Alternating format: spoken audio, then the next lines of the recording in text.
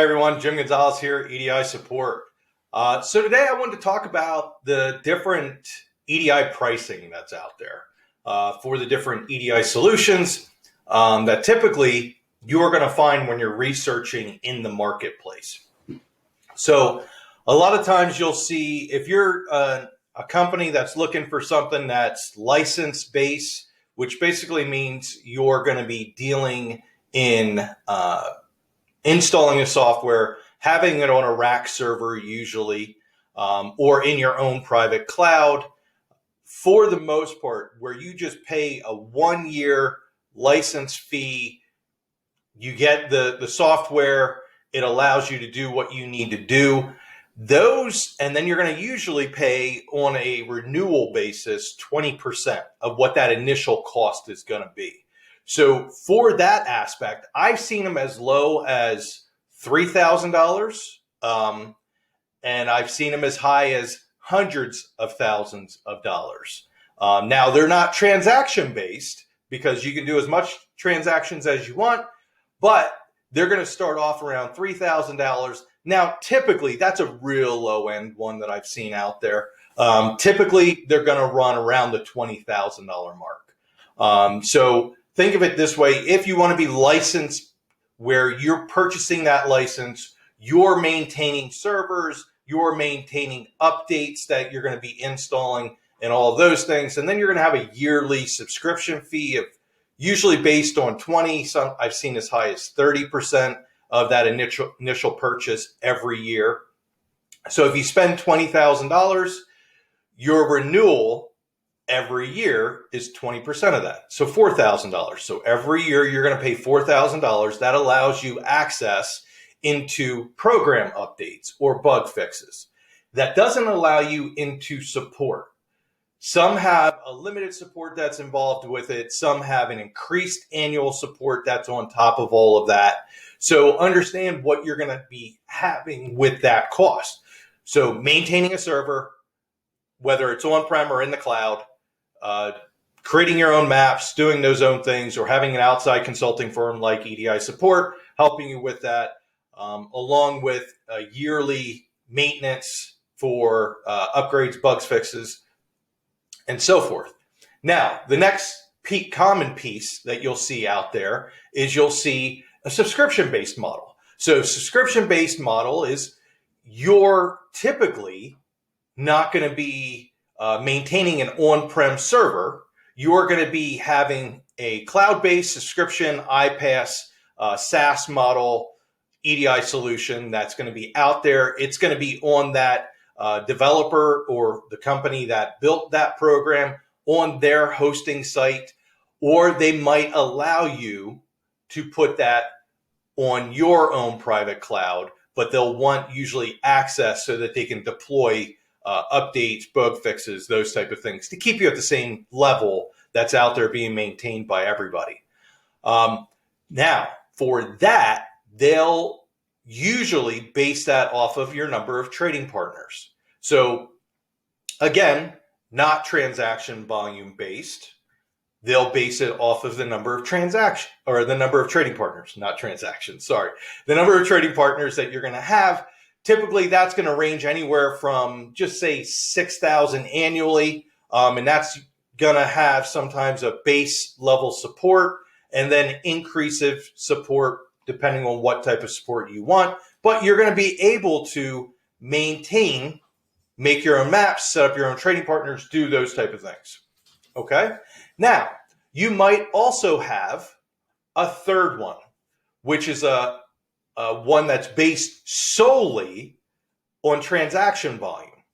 So the more volume you do, the more your price is going to increase.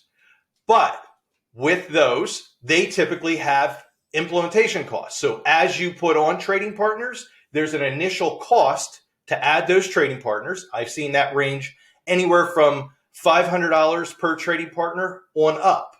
Now, again, you're going to have some type of limited support that's going to come with that. And you're going to be paying also on top of that based on transaction volume. So as you sell more and have more orders, typically in a retail situation, your price is going to increase every month. So you're going to see a fluctuation. So as your business increase, transaction volumes increase, that base model is going to increase on a monthly basis. Typically, that's not a solution that I recommend, because most companies in EDI have they want to increase transaction. They want to increase their business, but they like to know what's their cost going to be. So they can typically garnish that based off of a yearly subscription or an overall purchase price, those type of things. Now, a lot of them have implementations that you're either going to take on yourself, you're going to hire an outside entity like us to help you out. But those have the advantages of you control the cost. When you're looking at transaction volume, as your business increases, that transaction volume increases. Along with that, your bill increases. So as I typically say, do you want somebody or a company to keep putting their hand further into your pocket as you become more and more successful? Do you want to base it off of, hey, I have 5 trading partners and my transaction volume shouldn't matter? Okay, well, and that's typically the model that we go with and where we assist our customers with, is the model of, hey, you'll know what your cost is going to be because it's based on your trading partners, or it's based on your initial purchase. It's not going to be this fluctuation month after month, year after year. Along with that, they'll make you sign ranges of yearly contracts when you're dealing in a subscription. There can be 1 year. I've seen as far up to 5 years. Most people don't know what their business is going to be doing in 2, 3, 4, 5 years. So do they want to sign those type of long distance contracts? And companies change over time. So if you're locking in for a 5-year contract, you're really saying, okay, I believe in this company, and in 5 years, they're still going to be the same entity that I signed up with. Are they? Sometimes support's going to lessen. Sometimes high-level people are going to leave.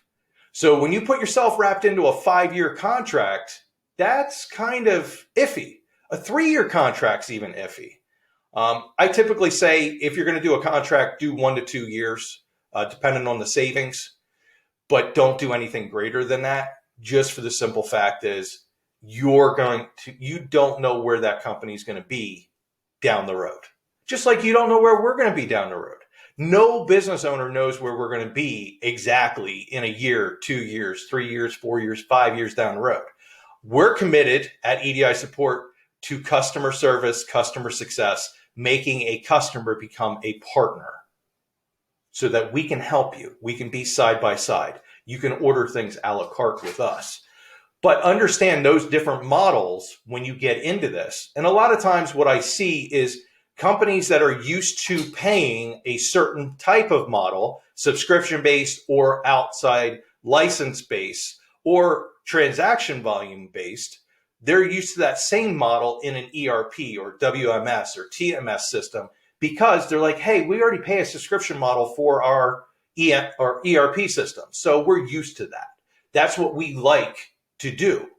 ERP is typically more expensive than what your EDI solution is going to be. But if you're paying based on transaction volume, I know clients, until they spoke to us, they were doing 2 million transactions a year. And they just kept seeing that number increase that they were paying to their EDI solution provider.